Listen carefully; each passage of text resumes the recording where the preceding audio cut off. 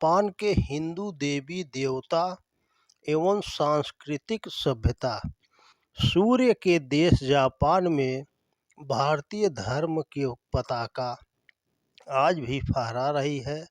हालांकि इस तथ्य को कम ही लोग जानते हैं, यहाँ तक कि स्वयं जापान के लोग भी इससे परिचित नहीं कि वहाँ के 80% देवी देवता भारतीय मूल के हैं।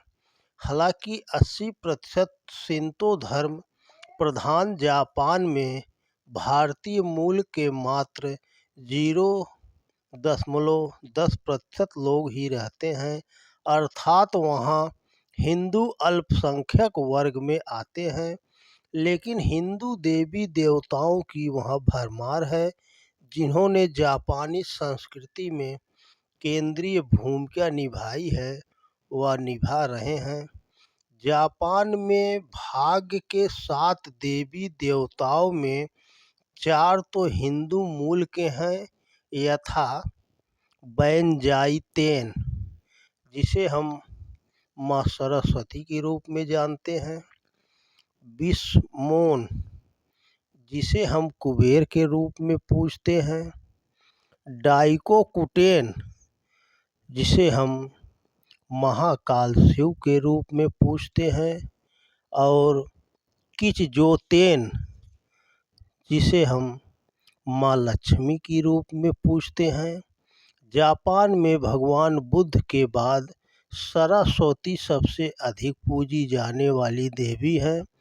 ओसाका में बैंजाई-तेन का भव्य मंदिर विश्व का संभवतः सबसे ऊंचा सरस्वती मंदिर है। इसके अतिरिक्त यहाँ सरस्वती को लेकर सैकड़ों मंदिर स्थापित है। इसके भी यहाँ 2 रूप विद्यमान हैं, एक अष्टभुजा और दूसरा 2 भुज, जिसके हाथ में बीड़ा रहती है और एक कमल के पुष्प पर विराजमान हैं। इन्हें यहाँ जल की एक पावन शक्ति तथा सौभाग्य की देवी के रूप में जाना जाता है। भारतीय फोटोग्राफर एवं इतिहासकार विनय बेहल के अनुसार सरस्वती का नाता पौराणिक नदी सरस्वती से है, इसलिए जापान में इनकी पूजा तालाब में की जाती है। इसके अधिकांश मंदिर जापान के द्वीपों और तटीय क्षेत्रों में है। ऐसा माना जाता है कि इस देवी को संगीत का ज्ञान है, इस कारण इसे अद्भुत ध्वनियों की देवी भी माना जाता है। इस तरह बैंजाई-तेन को जल, समय, शब्द, वाणी, वाक्पटुता, संगीत और ज्ञान की देवी माना जाता है। सरस्वती के अतिरिक्त यहाँ इंद्र ताइशाकुतेन, ब्रह्मा को बोनतेन, गणेश भगवान विष्णु गरुड़ यम एम्मातेन, कामदेव वरुण सुइतेन, वायु को फुनजिन व अन्य दर्जनों देवी देवताओं के असंख्य मंदिर हैं। जिस वरुण देव को भारत में लोग भुला बैठे हैं, उन्हें जापान में सुइतेन नाम से व्यापक स्तर पर पूजा जाता है। इन्हें सूखे और जलीय चक्रवात से बचाव करने वाली शक्ति माना जाता है। जापान जैसे देश में ऐसे देवता का महत्व समझा जा सकता है, जहां यदा कदा बाढ़, भूकंप व जलीय संकटों से बचने को जूझना पड़ता है। विघ्न विनाशक गणेश जी यहाँ सोतेन या कंगितेन नाम से पूजे जाते हैं।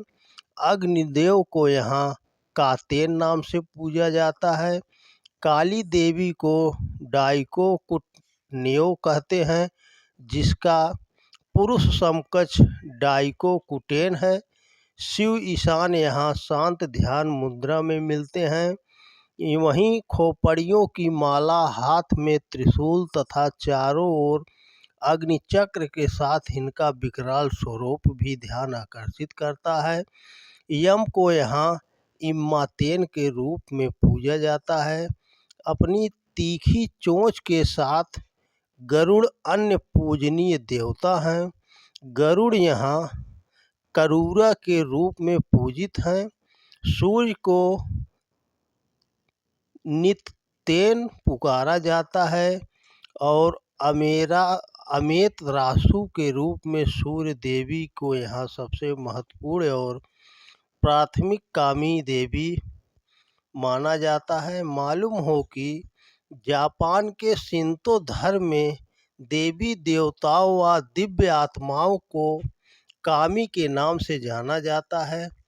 जापान के किचे जोजी शहर का नाम लक्ष्मी देवी किचजोतेन के नाम पर रखा गया है।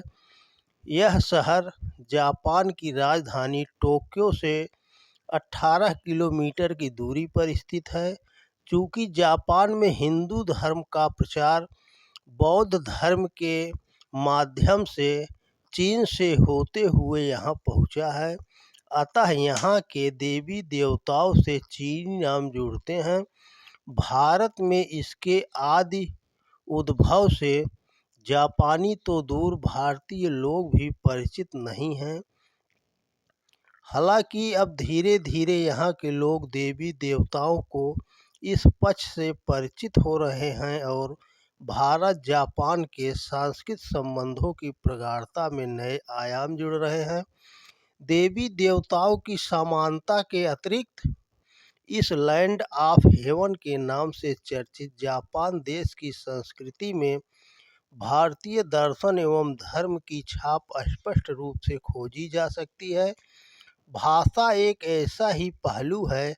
5वीं शताब्दी में सिद्धम लिपि तैयार हो गई है, जिसे ब्राह्मी से व्युत्पन्न माना जाता है। भारत में जहाँ यह लिपि विलुप्त हो चुकी है, वहीं जापान ने इस लिपि को संजो कर रखा है, जिसमें यहाँ देवी देवताओं के बीज मंत्र मिलते हैं। यहाँ के मंदिरों में इस लिपि को आज भी देखा जा सकता है।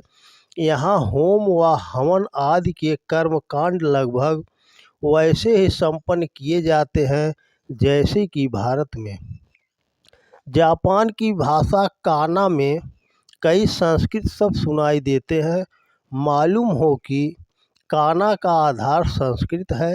लगभग 500 जापानी शब्दों की उत्पत्ति संस्कृत एवं तमिल शब्दों से हुई पाई गई है। दोनों देशों में सांस्कृतिक आदान प्रदान लिखित रूप से 6ठी शताब्दी में प्रारंभ हुआ। माना जाता है वहाँ बौद्ध धर्म का प्रचार हो रहा था। माना जाता है कि भारत के बौद्ध भिक्षु बोधिसेना सर्वप्रथम जापान गए थे। जापान की मुख्य दूध कंपनी सुजाता का नाम उस युवती पर रखा गया है जिसने बुद्ध भगवान को निर्वाण से पहले खीर खिलाई थी। हालांकि बौद्ध धर्म के प्रचार से भी पूर्व भारत जापान के सांस्कृतिक आदान प्रदान का अनुमान लगाया जाता है। जो भी हो, एशिया के दो प्राचीन एवं लोकतांत्रिक देशों के बीच भाषा, धर्म, दर्शन एवं आचार विचार के मिलते जुलते लक्षण प्रगाढ़ सांस्कृतिक एकता की वानगी पेश करते हैं, जो 21वीं सदी में शांति, सद्भावपूर्ण एवं बेहतरीन विश्व की संभावना के महत्वपूर्ण आधार सिद्ध हो सकते हैं।